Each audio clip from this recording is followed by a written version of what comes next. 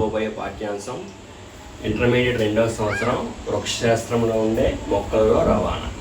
Right, నేను ఇక్కడ ఒక రఫ్ డయాగ్రామ్ వేసాను. ఒక ప్లాంట్, ఇక్కడ వేర్లు, కాండము, పత్రాలు కలిగి ఉంది ప్లాంట్ అన్నది. వేరు యొక్క విధి ఏమిటి? వేర్లు అన్నవి నేల నుంచి నీటిని, ఖనిజ లవణాలని తీసుకుంటాయి, శోషిస్తాయి.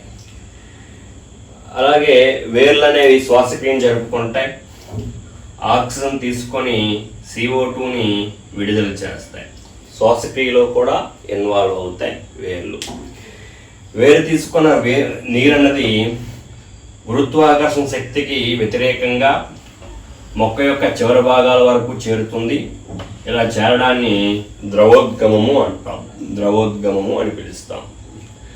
ఒక మొక్క 100% వాటర్ తీసుకుంటే దాంట్లో ఓన్లీ 1% మాత్రమే తన యొక్క జీవక్రియలైన కిరణజన్య సంయోగక్రియ, శ్వాసక్రియ వంటి వాటికి ఉపయోగించుకుంటుంది. మిగతా నీరంతా కూడా మనకి పత్రం యొక్క భాగాల నుంచి బయటికి వెళ్తుంది. ఇలా బయటికి వెళ్ళడాన్ని బాష్పోత్సేకము అంటాం. నీరు అనేది పత్రం యొక్క భాగాల ఉపరితలం నుంచి ఆవిరి రూపంలో బయటికి వెళ్తుంది. ఇలా బయటికి వెళ్ళడాన్ని ఏమంటాం? మనం బాష్పోత్సేకం అంటాం. మనం ఎండాకాలంలో చెట్ల కింద ఉన్నప్పుడు చల్లగా ఉంటుంది. కారణం ఏంటంటే పత్రాల యొక్క ఉపరితలం నుంచి నీరు అనేది ఆవిరి రూపంలో బయటికి వెళ్తూ ఉంటుంది. రైట్, వృక్షదేహం అనేది అనేక కణాలతో నిర్మించబడి ఉంటుంది. ప్రతి కణానికి నీరు అనేది అవసరం. ఎందువలంటే ప్రతి కణంలో జీవక్రియలు అనేవి జరుగుతాయి. జీవక్రియలు జరగాలంటే నీరు అనేది అవసరం. ప్రతి కణంలో కూడా మనకి ప్రోటీన్లు ఉంటాయి, కార్బోహైడ్రేట్లు ఉంటాయి, కేంద్రక ఆమ్లాలు ఉంటాయి. ఇవన్నీ కూడా నీటి సమక్షంలో మాత్రమే వాటి యొక్క పనిని కొనసాగిస్తాయి. రైట్, అందువల్ల ప్రతి కణానికి నీరు అనేది అవసరం.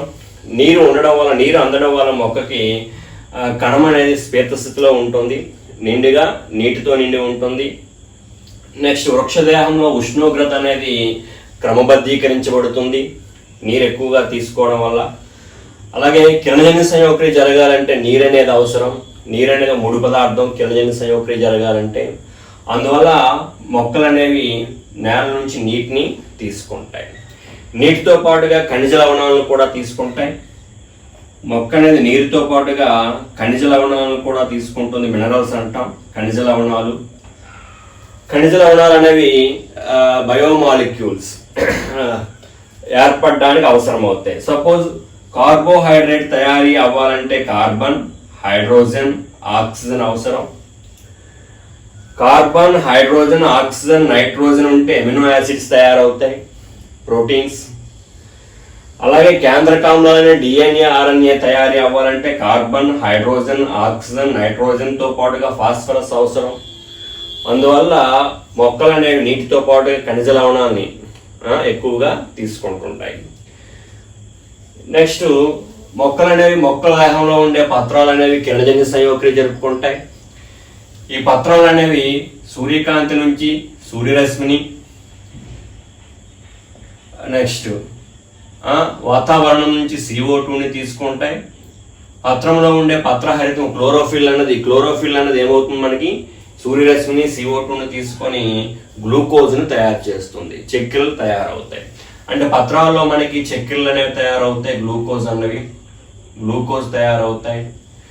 ఇక్కడ మొక్క దేహ భాగంలో దూరస్థ రవాణా, అలాగే దగ్గర రవాణా అని 2 రకాలు ఉంటాయి. దూరస్థ రవాణాలో ఏమవుతుందంటే వేర్లు తీసుకున్న నీరు మరియు ఖనిజ లవణాలు దారువు అనే సంక్లిష్ట కణజాలం ద్వారా, వేరు తీసుకున్న నీరు ఖనిజ లవణాలు దారువు అనే సంక్లిష్ట కణజాలం ద్వారా మొక్క యొక్క చివరి భాగం వరకు చేరుతాయి.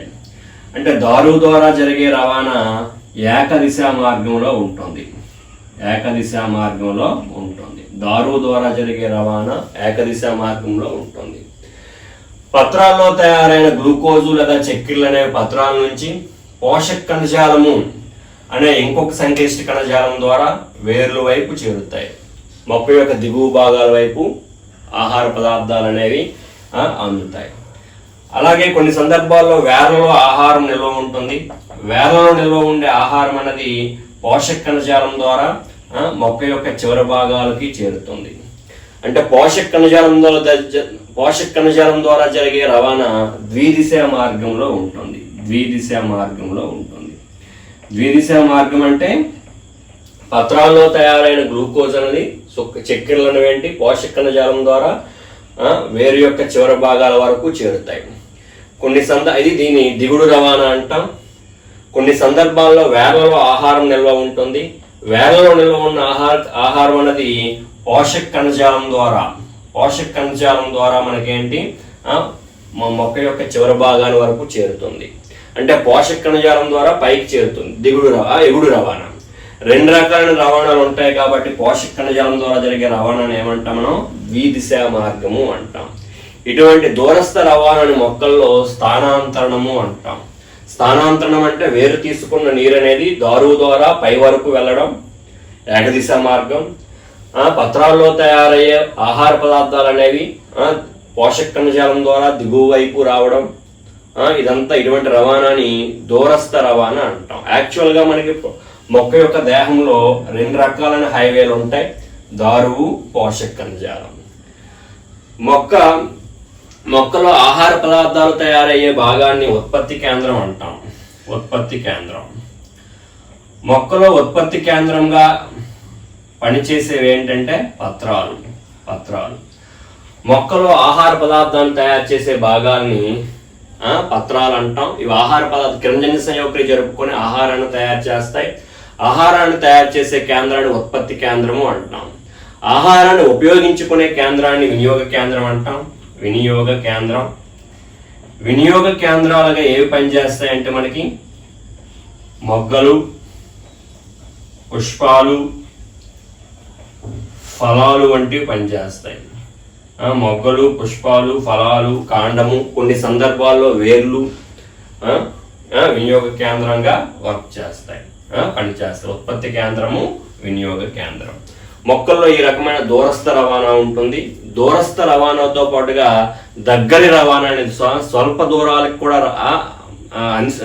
దూరాలకు కూడా అయాన్లు అనేవి మూవ్ అవుతూ ఉంటాయి. దీన్ని దగ్గరి రవాణా అంటాం. నమస్కారం. ఈరోజు మనం చెప్పుకోబోయే పాఠ్యాంశం ఇంటర్మీడియట్ 2వ సంవత్సరం వృక్షశాస్త్రంలో ఉండే మొక్కల్లో రవాణా. రైట్. నేను ఇక్కడ ఒక రఫ్ డయాగ్రామ్ వేసాను. ఒక ప్లాంట్, ఇక్కడ వేర్లు, కాండము, పత్రాలు కలిగి ఉంది ప్లాంట్ అన్నది. వేరు యొక్క విధి ఏమిటి? వేర్లు అన్నవి నేల నుంచి నీటిని, ఖనిజ లవణాలని తీసుకుంటాయి, శోషిస్తాయి. అలాగే వేర్లు అనేవి శ్వాసక్రియను జరుపుకుంటాయి. ఆక్సిజన్ తీసుకొని CO2ని విడుదల చేస్తాయి. శ్వాసక్రియలో కూడా ఇన్వాల్వ్ అవుతాయి వేర్లు. వేరు తీసుకున్న నీరు అన్నది గురుత్వాకర్షణ శక్తికి వ్యతిరేకంగా మొక్క యొక్క చివరి భాగాల వరకు చేరుతుంది. ఇలా చేరడాన్ని ద్రవోద్గమము అంటాం. ద్రవోద్గమము అని పిలుస్తాం. ఒక మొక్క 100% వాటర్ తీసుకుంటే దాంట్లో ఓన్లీ 1% మాత్రమే తన యొక్క జీవక్రియలైన కిరణజన్య సంయోగక్రియ, శ్వాసక్రియ వంటి వాటికి ఉపయోగించుకుంటుంది. మిగతా నీరంతా కూడా మనకి పత్రం యొక్క భాగాల నుంచి బయటికి వెళ్తుంది. ఇలా బయటికి వెళ్ళడాన్ని బాష్పోత్సేకము అంటాం. నీరు అనేది పత్రం యొక్క భాగాల ఉపరితలం నుంచి ఆవిరి రూపంలో బయటికి వెళ్తుంది. ఇలా బయటికి వెళ్ళడాన్ని ఏమంటాం మనం? బాష్పోత్సేకం అంటాం. మనం ఎండాకాలంలో చెట్ల కింద ఉన్నప్పుడు చల్లగా ఉంటుంది. కారణం ఏంటంటే పత్రాల యొక్క ఉపరితలం నుంచి నీరు అనేది ఆవిరి రూపంలో బయటికి వెళ్తూ ఉంటుంది. రైట్. వృక్షదేహం అనేది అనేక కణాలతో నిర్మించబడి ఉంటుంది. ప్రతి కణానికి నీరు అనేది అవసరం. ఎందువలంటే ప్రతి కణంలో జీవక్రియలు అనేవి జరుగుతాయి. జీవక్రియలు జరగాలంటే నీరు అనేది అవసరం. ప్రతి కణంలో కూడా మనకి ప్రోటీన్లు ఉంటాయి, కార్బోహైడ్రేట్లు ఉంటాయి, కేంద్రక ఆమ్లాలు ఉంటాయి. ఇవన్నీ కూడా నీటి సమక్షంలో మాత్రమే వాటి యొక్క పనిని కొనసాగిస్తాయి. రైట్. అందువల్ల ప్రతి కణానికి నీరు అనేది అవసరం. నీరు అందడం వల్ల మొక్కకి కణం అనేది శ్వేత స్థితిలో ఉంటుంది, నిండుగా నీటితో నిండి ఉంటుంది. నెక్స్ట్ వృక్షదేహంలో ఉష్ణోగ్రత అనేది క్రమబద్ధీకరించబడుతుంది నీరు ఎక్కువగా తీసుకోవడం వల్ల. అలాగే కిరణజన్య సంయోగక్రియ జరగాలంటే నీరు అనేది అవసరం. నీరు అనేది ముడి పదార్థం కిరణజన్య సంయోగక్రియ జరగాలంటే. అందువల్ల మొక్కలు అనేవి నేల నుంచి నీటిని తీసుకుంటాయి. నీటితో పాటుగా ఖనిజ లవణాలను కూడా తీసుకుంటాయి. మొక్క అనేది నీరుతో పాటుగా ఖనిజ లవణాలను కూడా తీసుకుంటుంది. మినరల్స్ అంటాం. ఖనిజ లవణాలు అనేవి బయోమాలిక్యూల్స్ ఏర్పడడానికి అవసరం అవుతాయి. సపోజ్ కార్బోహైడ్రేట్ తయారీ అవ్వాలంటే కార్బన్, హైడ్రోజన్, ఆక్సిజన్ అవసరం. కార్బన్, హైడ్రోజన్, ఆక్సిజన్, నైట్రోజన్ ఉంటే అమినో యాసిడ్స్ తయారవుతాయి, ప్రోటీన్స్. అలాగే కేంద్రకాంలోని డిఎన్ఏ, ఆర్ఎన్ఏ తయారీ అవ్వాలంటే కార్బన్, హైడ్రోజన్, ఆక్సిజన్, నైట్రోజన్తో పాటుగా ఫాస్ఫరస్ అవసరం. అందువల్ల మొక్కలు అనేవి నీటితో పాటుగా ఖనిజ లవణాన్ని ఎక్కువగా తీసుకుంటుంటాయి. నెక్స్ట్ మొక్కలు అనేవి మొక్కల దేహంలో ఉండే పత్రాలు అనేవి కిరణజన్య సంయోగక్రియ జరుపుకుంటాయి. ఈ పత్రాలు అనేవి సూర్యకాంతి నుంచి సూర్యరశ్మిని, నెక్స్ట్ వాతావరణం నుంచి CO2ని తీసుకుంటాయి. పత్రంలో ఉండే పత్రహరితం క్లోరోఫిల్ అనేది ఏమవుతుంది, మనకి సూర్యరశ్మిని CO2ని తీసుకొని గ్లూకోజ్ను తయారు చేస్తుంది. చక్కెరలు తయారవుతాయి. అంటే పత్రాల్లో మనకి చక్కెరలు అనేవి తయారవుతాయి, గ్లూకోజ్ తయారవుతాయి. ఇక్కడ మన మొక్క దేహ భాగంలో దూరస్థ రవాణా అలాగే దగ్గర రవాణా అని 2 రకాలు ఉంటాయి. దూరస్థ రవాణాలో ఏమవుతుందంటే వేర్లు తీసుకున్న నీరు మరియు ఖనిజ లవణాలు దారువు అనే సంక్లిష్ట కణజాలం ద్వారా, వేరు తీసుకున్న నీరు ఖనిజ లవణాలు దారువు అనే సంక్లిష్ట కణజాలం ద్వారా మొక్క యొక్క చివరి భాగం వరకు చేరుతాయి. అంటే దారువు ద్వారా జరిగే రవాణా ఏకదిశా మార్గంలో ఉంటుంది. దారువు ద్వారా జరిగే రవాణా ఏకదిశా మార్గంలో ఉంటుంది. పత్రాల్లో తయారైన గ్లూకోజు లేదా చక్కెరలు అనేవి పత్రాల నుంచి పోషక కణజాలము అనే ఇంకొక సంక్లిష్ట కణజాలం ద్వారా వేర్ల వైపు చేరుతాయి. మొక్క యొక్క దిగువ భాగాల వైపు ఆహార పదార్థాలు అనేవి అందుతాయి. అలాగే కొన్ని సందర్భాల్లో వేర్లలో ఆహారం నిల్వ ఉంటుంది. వేర్లలో నిల్వ ఉండే ఆహారం అనేది పోషక కణజాలం ద్వారా మొక్క యొక్క చివరి భాగాలకి చేరుతుంది. అంటే పోషక కణజాలం ద్వారా జరిగే రవాణా ద్విదిశా మార్గంలో ఉంటుంది. ద్విదిశా మార్గం అంటే పత్రాల్లో తయారైన గ్లూకోజ్ అనేది చక్కెరలు అనేవి పోషక కణజాలం ద్వారా వేరు యొక్క చివరి భాగాల వరకు చేరుతాయి. ఇది దీని దిగుడు రవాణా అంటాం. కొన్ని సందర్భాల్లో వేర్లలో ఆహారం నిల్వ ఉంటుంది. వేర్లలో నిల్వ ఉన్న ఆహారం అనేది పోషక కణజాలం ద్వారా మనకేంటి మొక్క యొక్క చివరి భాగాల వరకు చేరుతుంది. అంటే పోషక కణజాలం ద్వారా పైకి చేరుతుంది. ఎగుడు రవాణా 2 రకాలైన రవాణాలు ఉంటాయి కాబట్టి పోషక కణజాలం ద్వారా జరిగే రవాణాను ఏమంటాం, మనం ద్విదిశా మార్గము అంటాం. ఇటువంటి దూరస్థ రవాణాని మొక్కల్లో స్థానాంతరణము అంటాం. స్థానాంతరణం అంటే వేరు తీసుకున్న నీరు అనేది దారువు ద్వారా పై వరకు వెళ్ళడం, ఏకదిశా మార్గం. పత్రాల్లో తయారయ్యే ఆహార పదార్థాలు అనేవి పోషక కణజాలం ద్వారా దిగువ వైపు రావడం, ఇటువంటి రవాణాని దూరస్థ రవాణా అంటాం. యాక్చువల్గా మనకి మొక్క యొక్క దేహంలో 2 రకాలైన హైవేలు ఉంటాయి, దారువు, పోషక కణజాలం. మొక్కలో ఆహార పదార్థాలు తయారయ్యే భాగాన్ని ఉత్పత్తి కేంద్రం అంటాం. మొక్కలో ఉత్పత్తి కేంద్రంగా పనిచేసేవి ఏంటంటే పత్రాలు.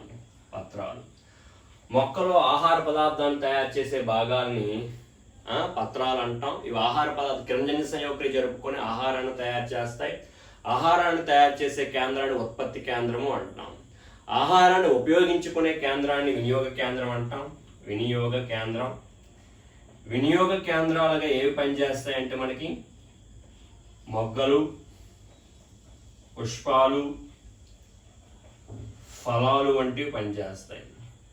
మొగ్గలు, పుష్పాలు, ఫలాలు, కాండము, కొన్ని సందర్భాల్లో వేర్లు వినియోగ కేంద్రంగా పనిచేస్తాయి. ఉత్పత్తి కేంద్రము, వినియోగ కేంద్రం. మొక్కల్లో ఈ రకమైన దూరస్థ రవాణా ఉంటుంది. దూరస్థ రవాణాతో పాటుగా దగ్గరి రవాణా అనేది స్వల్ప దూరాలకు కూడా అయాన్లు అనేవి మూవ్ అవుతూ ఉంటాయి. దీన్ని దగ్గరి రవాణా అంటాం. దూరస్థ రవాణాతో పాటుగా మొక్కల్లో ఇంకో రకమైన రవాణా ఉంటుంది, దీన్ని స్వల్ప దూర రవాణా అంటాం, షార్ట్ డిస్టెన్స్ ట్రాన్స్పోర్ట్. అంటే స్వల్ప దూర రవాణా అనేది ఏ రకంగా జరుగుతుందంటే ఒకే కణంలో సబ్స్టెన్స్ అయాన్లు అనేవి చలించవచ్చు, లేకపోతే కణానికి కణానికి మధ్య చలించవచ్చు. కణానికి కణానికి సపోజ్ ఇక్కడ ఒక కణం వేసాను, నేను ఇక్కడ ఒక కణం వేసాను. వృక్ష కణంలో బయట ఉండే లేయర్ని కణకవచం అంటాం. కణకవచం అనేది పారగమ్య త్వచంగా యాక్ట్ చేస్తుంది, అంటే తన గుండా అన్ని పదార్థాలని పంపిస్తుంది. ఇటువంటి దాన్ని పారగమ్య త్వచం అంటాం.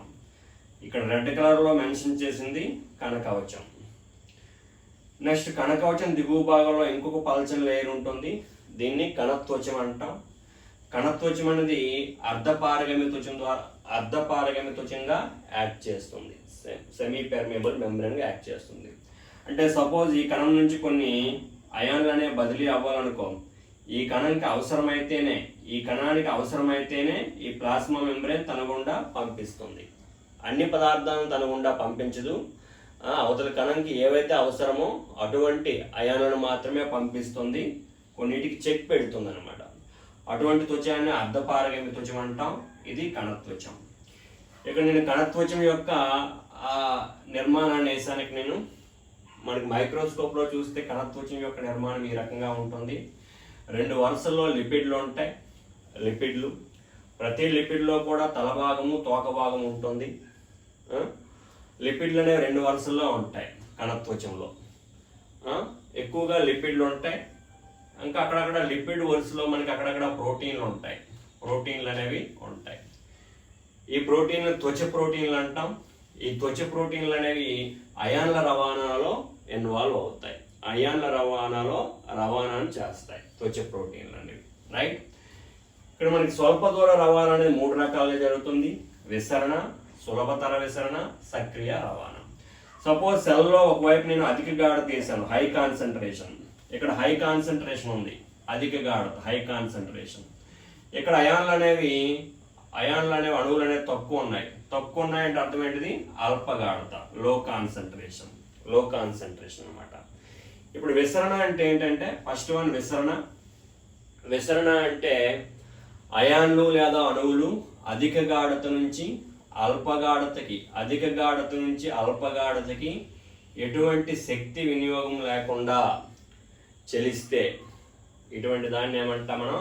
విసరణ అంటాం. విసరణ అంటే ఘన, ద్రవ, వాయు పదార్థాల యొక్క అణువులు అనేవి అధిక గాఢత నుంచి హై కాన్సన్ట్రేషన్, అధిక గాఢత నుంచి అల్పగాఢతకి అయాన్లు చలిస్తే ఇటువంటి స్వల్ప దూర రవాణాని విసరణ అంటాం.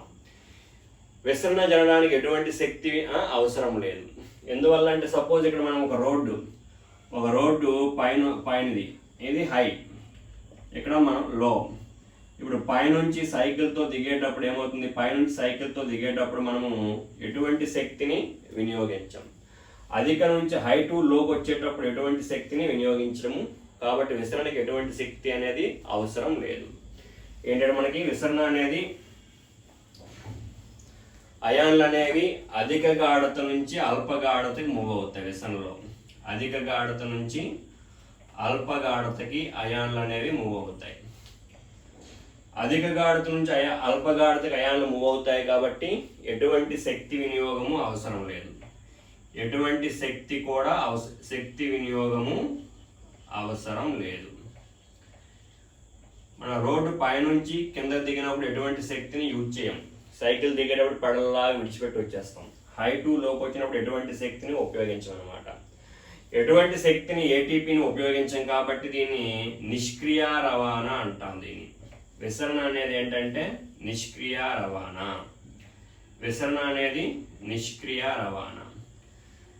విసరణ జరగడానికి ఎటువంటి ప్రోటీన్ల యొక్క హెల్ప్ అవసరం లేదు, ఎటువంటి ప్రోటీన్ల యొక్క సహాయము అవసరం లేదు. ప్రోటీన్ల సహాయం అవసరం లేదు. విసరణకు ఎటువంటి ప్రోటీన్ల సహాయం అవసరం లేదు. విసరణ అనేది గాఢత ప్రవణత మీద ఆధారపడి ఉంటుంది. ఇటువైపు అధిక గాఢత ఉంది, ఇటువైపు అల్ప గాఢత ఉంది. ఎప్పటి వరకు విసరణ జరుగుతుందంటే రెండు వైపులా అయాన్లు సమతా స్థితిలో ఏర్పడే వరకు విసరణ జరుగుతుంది. విసరణకి బెస్ట్ ఎగ్జాంపుల్ ఈ రూమ్లో కార్నర్లో మనం సెంట్ ఓపెన్ చేసాం. ఓపెన్ చేస్తే వేరే కార్నర్కి సెంట్ అయాన్లు అనేవి మూవ్ అవుతాయి. సెంట్ అనేది అధిక గాఢత ఉంటుంది, చుట్టూ ఉండే వాయు అణువులకి తక్కువ గాఢత ఉంటుంది. అయాన్లు అనేవి అధిక గాఢత నుంచి అల్ప గాఢతకి మూవ్ అవుతాయి. ఇలా మూవ్ అవడాన్ని విసరణ అంటాం. విసరణ జరగడానికి ఎటువంటి ప్రోటీన్ల సహాయము అవసరం లేదు. అలాగే విసరణ జరగడానికి ఎటువంటి జీవ వ్యవస్థ కూడా అవసరం లేదు. ఎటువంటి జీవ వ్యవస్థలు అవసరం లేదు విసరణ జరగడానికి. ఎటువంటి జీవ వ్యవస్థలు విసరణ జరగడానికి అవసరం లేదు.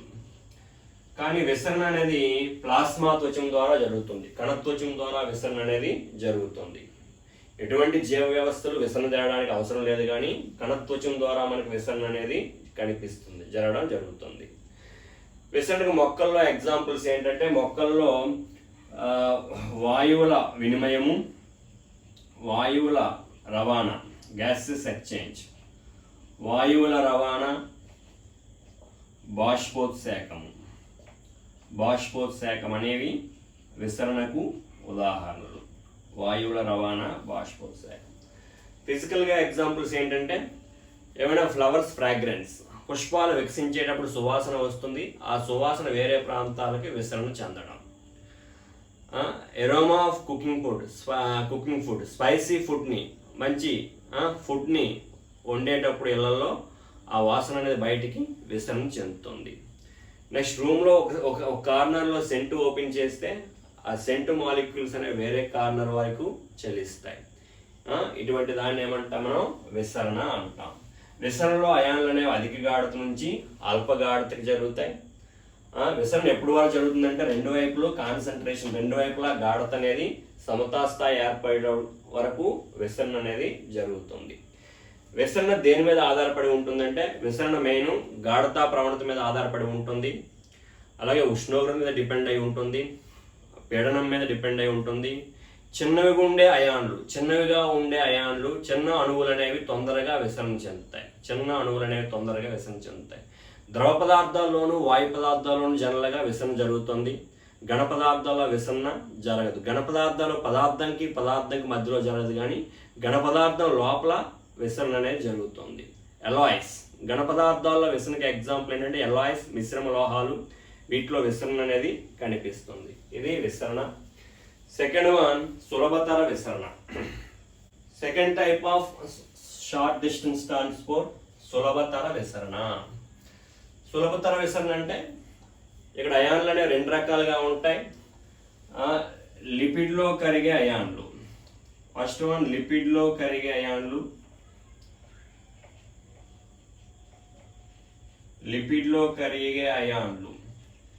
సెకండ్ వన్ జలాకర్షక ప్రాస్థెటిక్ సముదాయాలు. లిపిడ్లో కరగనివి, నీటిలో కరిగే అయాన్లు. జలాకర్షక ప్రాస్థెటిక్ సముదాయాలు. లిపిడ్లో కరిగే అయాన్లు అనేవి అంతా లిపిడ్ లేయర్ కాబట్టి డైరెక్ట్గా ఏమవుతాయి, మనకి విసరణ చెందుతాయి. కానీ జలాకర్షక ప్రాస్థెటిక్ సమూహాలు మాత్రం ఈ త్వచం ద్వారా నేరుగా విసరణ చెందలేవు. ఈ విసరణ చెందాలంటే కొన్ని ప్రోటీన్ల యొక్క హెల్ప్ అనేది అవసరం. ఈ ప్రోటీన్ల సహాయంతో అధిక గాఢత నుంచి అల్ప గాఢతకి విసరణ జరిగితే ఇటువంటి విసరణని సులభతర విసరణ అంటాం. ఇక్కడ ప్రోటీన్లు అనేవి అవసరం ఉంటుంది. సులభతర విసరణలో పాల్గొనే ప్రోటీన్లు రెండు రకాలుగా ఉంటాయి. ఒకటి ఛానల్ ప్రోటీన్స్, వీటినే తూముల వంటి ప్రోటీన్లు అంటాం.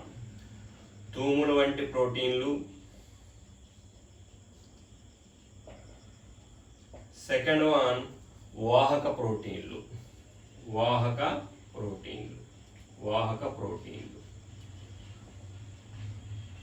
తూముల వంటి ప్రోటీన్లు లేదా ఛానల్ ప్రోటీన్లు అనేవి హైడ్రోఫిలిక్ ఛానల్ని ఏర్పాటు చేయడం వల్ల అధిక గాఢత నుంచి అల్ప గాఢతకి అయాన్లని మూవ్ చేస్తాయి.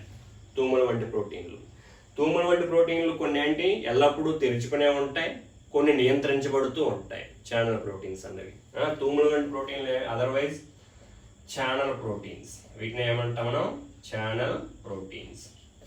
ఇవేం చేస్తాయంటే హైడ్రోఫిలిక్ ఛానల్ ఫామ్ చేయడం వల్ల అధిక గాఢత నుంచి అల్ప గాఢతకి అయాన్లని మూవ్ చేస్తాయి. రెండో రకం ప్రోటీన్లు వాహక ప్రోటీన్లు.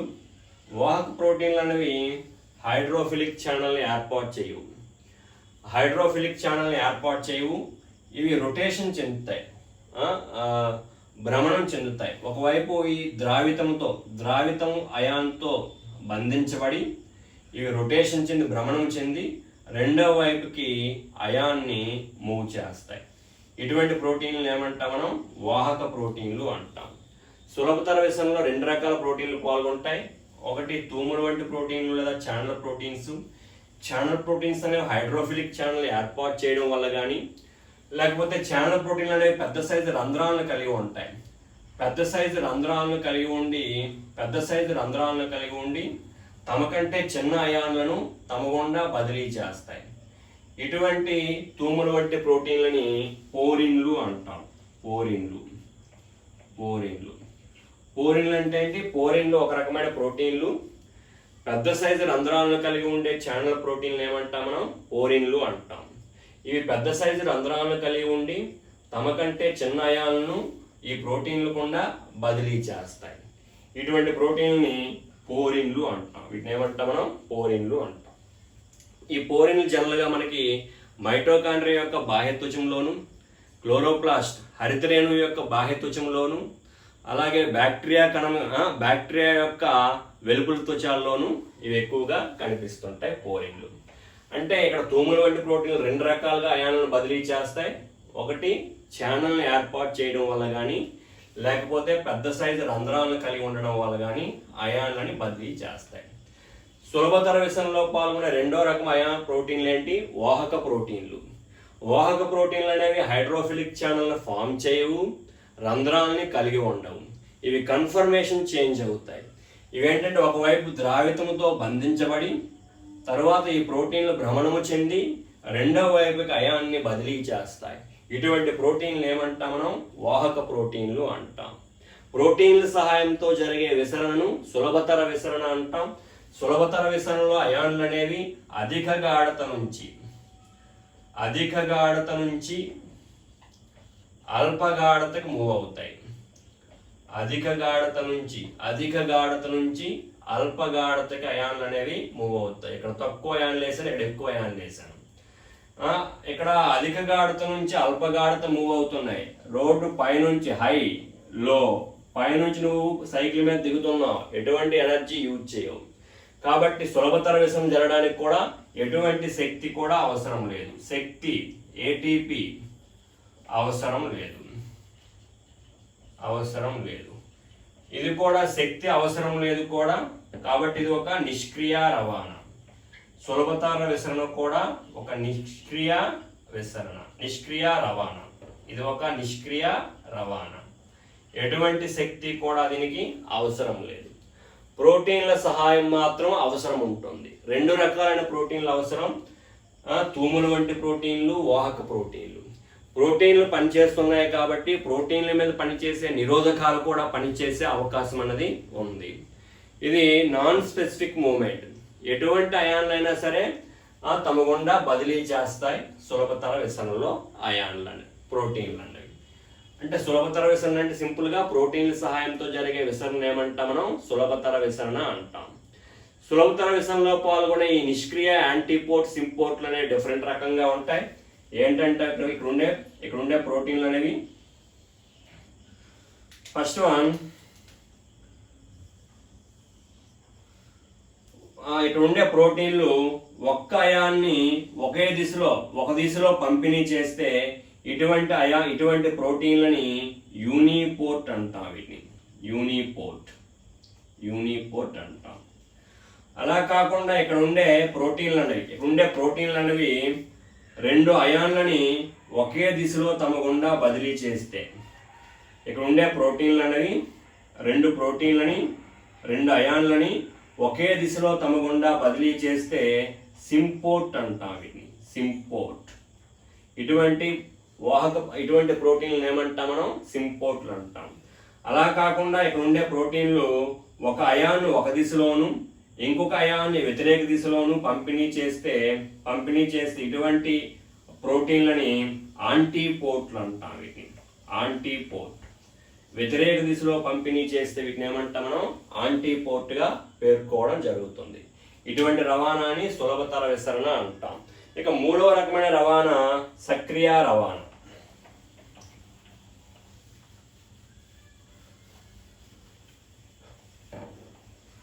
రైట్, మూడవ రకమైన రవాణా సక్రియ రవాణా. సక్రియ రవాణాలో మనకి అయాన్లు అనేవి అల్పగాఢత నుంచి, అయాన్లు లేదా అణువులు అనేవి ప్రోటీన్ల సహాయంతో అల్పగాఢత నుంచి అధిక గాఢతకి, ఇది అల్పగాఢత, పైన ఏంటి అధిక గాఢత. అయాన్లు అనేవి ప్లాస్మా త్వచం ద్వారా అల్పగాఢత నుంచి అధిక గాఢతకి రవాణా జరిగితే ఇటువంటి రవాణాని సక్రియ రవాణా అంటాం. అల్పగాఢత నుంచి అధిక గాఢతకి అయాన్లు మూవ్ అవుతున్నాయి. మన రోడ్డు పైకి ఎక్కేటప్పుడు, సైకిల్తో పైకి ఎక్కేటప్పుడు ఎక్కువ ఎనర్జీ యూజ్ చేస్తాం, ఏటీపీ ఎనర్జీ యూజ్ చేస్తాం కాబట్టి ఇది సక్రియ రవాణా. సక్రియ రవాణా అనేది ఏంటి, ఒక రకమైన ఎగుడు రవాణా. ఎగుడు రవాణా ఎందుకంటామంటే ఇక్కడ అయాన్లు విసరణ, సులభతర విసరణ అనేవి దిగుడు రవాణాకి ఎగ్జాంపుల్ ఇవి. డౌన్ హిల్ మూమెంట్, ఎగుడు రవాణా అంటే లో కాన్సన్ట్రేషన్ నుంచి హై కాన్సన్ట్రేషన్, అల్పగాఢత నుంచి అధిక గాఢతకి అయాన్లు మూవ్ అవుతాయి, దీన్ని ఎగుడు రవాణా అంటాం. లో కాన్సన్ట్రేషన్ నుంచి హై కాన్సన్ట్రేషన్కి అయాన్స్ మూవ్ అవ్వాలంటే శక్తి అవసరం. శక్తి అన్నది ఏటీపీ రూపంలో అవసరం, శక్తి అవసరం కాబట్టి దీన్ని సక్రియ రవాణా. ఇది ఒక సక్రియ రవాణా. ఈ సక్రియ రవాణాకు కూడా ప్రోటీన్ల అవసరం ఉంటుంది. ఓన్లీ ఒక రకమైన ప్రోటీన్లే అవసరం. ఈ రకమైన ప్రోటీన్లు వాహక ప్రోటీన్లు అంటాం. అంటే వాహక ప్రోటీన్లు అనేవి రెండు రకాల రవాణాలో పాల్గొంటాయి. వాహక ప్రోటీన్లు ఇక్కడ మనకి దిగుడు రవాణాలో పాల్గొన్నాయి, ఇక్కడ ఎగుడు రవాణాలో పాల్గొన్నాయి. సులభతర విసరణలోను సక్రియ రవాణాలో పాల్గొనే ప్రోటీన్లు ఏవంటే వాహక ప్రోటీన్లు. సక్రియ రవాణాలో పాల్గొనే వాహక ప్రోటీన్ని పంపులు అంటాం. ఇక్కడ పంపులు అంటాం. ఈ పంపుల ద్వారా మనకేంటి అల్పగాఢత నుంచి అధిక గాఢతకి అయాన్లు అనేవి మూవ్ అవుతాయి. సపోజ్ ఒక కణం నుంచి 3 సోడియం అయాన్లు బయటకు వస్తే 2 పొటాషియం అయాన్లు ఏమవుతాయి, లోపలికి చేరుతాయి. సోడియం పొటాషియం ఎక్స్చేంజ్ అన్నది సక్రియ రవాణాకి ఒక ఎగ్జాంపుల్. సక్రియ రవాణాలో పాల్గొనే ప్రోటీన్లు ఓన్లీ వాహక ప్రోటీన్లు. సులభతర విసరణలో పాల్గొనే ప్రోటీన్లు 2 రకాలు, ఛానల్ ప్రోటీన్, తూములు వంటి ప్రోటీన్లు మరియు వాహక ప్రోటీన్లు. విసరణలో ఎటువంటి ప్రోటీన్ల సహాయము అవసరం లేదు. రైట్, ఈ మూడింటికి డిఫరెన్స్ ఏంటంటే సామాన్య రవాణా, సులభతర రవాణా, సక్రియ రవాణా. ఇక్కడ త్వచ ప్రోటీన్ల అవసరం ఎంతవరకు ఉంటుంది, విసరణలో ఎటువంటి ప్రోటీన్ల హెల్ప్ అవసరం లేదు. అయాన్లు అనేవి అధిక గాఢత నుంచి అల్ప గాఢతకి మూవ్ అవుతాయి. సులభతర విసరణలో మనకి 2 రకాల ప్రోటీన్లు అవసరం, తూముల వంటి ప్రోటీన్లు, ఛానల్ ప్రోటీన్లు. రెండవ రకం ప్రోటీన్లు వాహక ప్రోటీన్లు, క్యారియర్ ప్రోటీన్స్. ఇక్కడ కూడా మనకి అధిక గాఢత నుంచి అల్ప గాఢతకి అయాన్లు మూవ్ అవుతాయి. సక్రియ రవాణాలో ఒక రకమైన ప్రోటీన్ల హెల్ప్ ఉంటుంది. ఏంటా ప్రోటీన్లు అంటే వాహక ప్రోటీన్లు. Right, next highly selective. సామాన్య రవాణా కాదు, సులభతర రవాణా, సక్రియ రవాణా అవును కేటగిరీ కిందకు వస్తాయి. నెక్స్ట్ రవాణా సంతృప్తం అవుతుంది.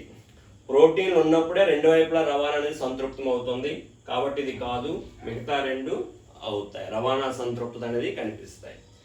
నెక్స్ట్ ఎగుడు రవాణా అంటే ఏంటి, ఎగుడు రవాణా అంటే అల్పగాఢత నుంచి అధిక గాఢతకి మూవ్ అవ్వడం అయాన్లు. ఎగుడు రవాణా అంటే సక్రియ రవాణా. నెక్స్ట్ సామాన్య రవాణా, సులభతర రవాణాల్లో మనకేంటివి దిగుడు రవాణా, ఎగుడు రవాణా కాదు. నెక్స్ట్ ఏటీపీ శక్తి అవసరం.